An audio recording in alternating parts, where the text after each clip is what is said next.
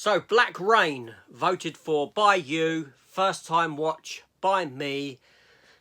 Let's talk about this film, find out if I liked it or not. Let's get into it.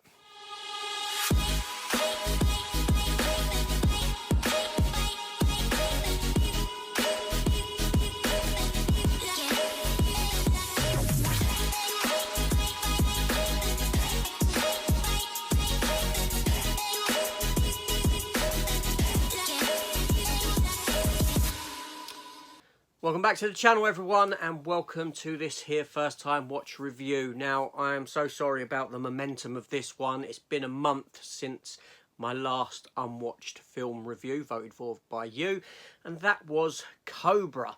Now, this film here, yes, there was a poll, and voted for by you. As you can see, Black Rain came out the winner, which is great because I was waiting for this one to come up. Least of all because Val, long-time commenter of the channel, asked me to watch it a long time ago. Could have been a year even. And so anyway, it's here now, finally. It's taken me so long for one particular reason. Number one, I had the DVD for it, and this should go into the bin. My God, the picture quality on this DVD is dreadful. I've seen better pirates than this. I have.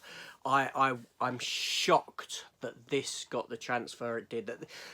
This is dreadful. This is really bad. So I stopped watching it because it was that abysmal that I couldn't watch it. I really couldn't. Then I sourced it on Blu-ray from Germany. Fantastic. And you know, the difference between this and this is night and day. This doesn't deserve to exist, seriously. I wouldn't even give that to someone. It is that bad. So anyway, so I got it on Blu-ray, and that's why it's taken me so long to get to this film. So let's talk a bit about this movie here, and then let's find out if I liked it. And once again, at the end, I will give you 3 other films that I've not watched, for you to vote upon. The voting poll will come a week after this release of this video here. I'll leave that poll open for about 2 weeks, then I will get into that film. So I bring you one a month. Yeah, why not? That's what I'll try and do. So this film here, directed by Ridley Scott. Now, obviously, I don't need to tell anyone who Ridley Scott is. A very famous director. If you don't know who he is, there's a problem. The film itself was actually written by Craig Mollatin, who'd before this written Desperately Seeking Susan. He actually done an uncredited rewrite on that film. And that's what got him noticed. And also written by Warren Lewis, who went on to write 13th Warrior, the John McTiernan movie starring Antonio Banderas. We all know what happened with that one. The film was released by Paramount Pictures on September the 22nd of 1989 with a running time of 125 minutes and a budget of $30 million. But it did go on to gross $134.2 million at the worldwide box office. So it was a hit, and it also got nominated at the 62nd Academy Awards for Best Sound Editing and Best Sound, musical score by Hans Zimmer. Now, this film on Rotten Tomatoes currently sits at a critic score of 54% and an audience score of 55%. So it's sort of become a cult classic over time, and a lot of people enjoy it now, I think, more so than what. But it didn't get. It got some good reviews, it got some positive stuff, it got some negative stuff against it at the time. Now, with the ratings, I've looked at those, the Rotten Tomatoes score, I've looked at those after the fact. I've watched the film first and then looked at that, because I don't want no bias. I don't really like no bias with some stuff. If I can keep it as fresh as I can, I will. And this film comes at me fresh. Something I completely ignored at the time. I wasn't a massive Michael Douglas fan. He'd been on a break for 2 years after, you know, he came back to film this film. He'd been on a 2-year break. I think Wolf of Wall Street was the one before that, and he'd just won an award or something.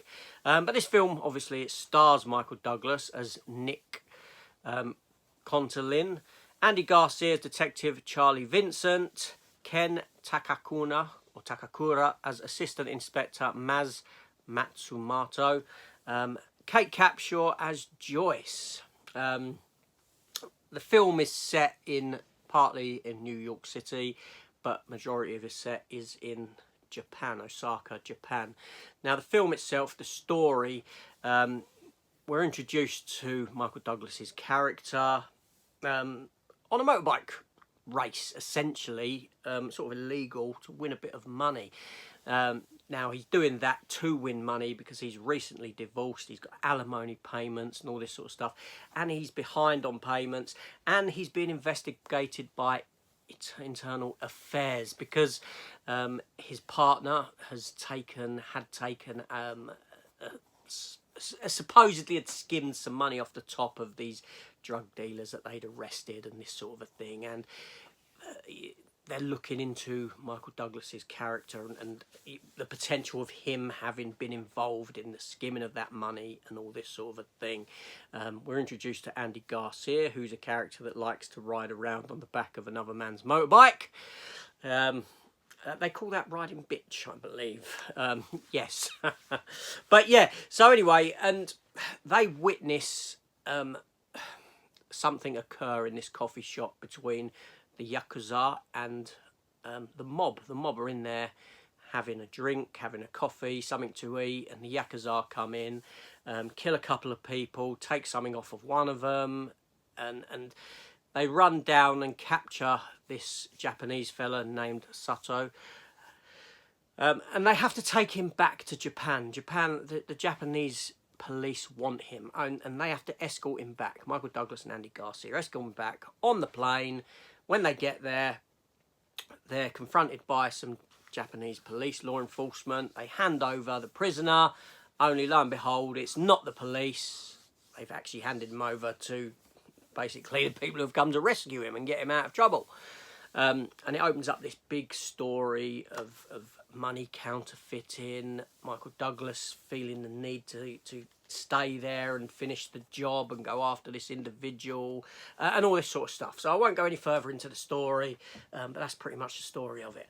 Now, the film, obviously directed by Ridley Scott. Ridley Scott is a competent director, and that clearly shows within this film. Now, what I liked about this film, and I did enjoy the film, is it's very heavy story based. Okay, the character development isn't too great beyond that of Michael Douglas's character, the relationship he has with Assistant Inspector Maz Matsumoto, who's a Japanese police officer who has to basically liaison with Michael Douglas and Andy Garcia, and yeah, and basically work with them, but they're only there as observers, nothing more. They shouldn't be getting involved. They're not allowed to carry firearms or anything like this. Kate Capshaw's character within it, she pops up a few times, but she isn't in it a great deal. Now, like I said, competently directed. The film's got a flourish to it. It's well paced. I've got no issue with the pacing of the film. I like the fact that it was very story heavy, story driven. It was an action drama thriller. It wasn't an out and out action film like what I've watched previously with Cobra and Commando and things like that. This gave me something to sink my teeth into.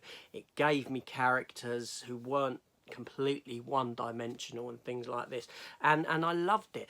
There's a fantastic scene where Andy Garcia's character is led away. He's sort of lured out, shall we say, by the Yakuza, and I won't spoil it, but what goes on then after that, that Michael Douglas witnesses, just fantastic, horrifying, a very emotional scene.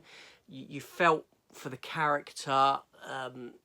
Yeah, it's got great growth between the characters. You know, you've got this character, you know, of Nick, played by Michael Douglas, and you've got the assistant inspector Maz, the Japanese police officer.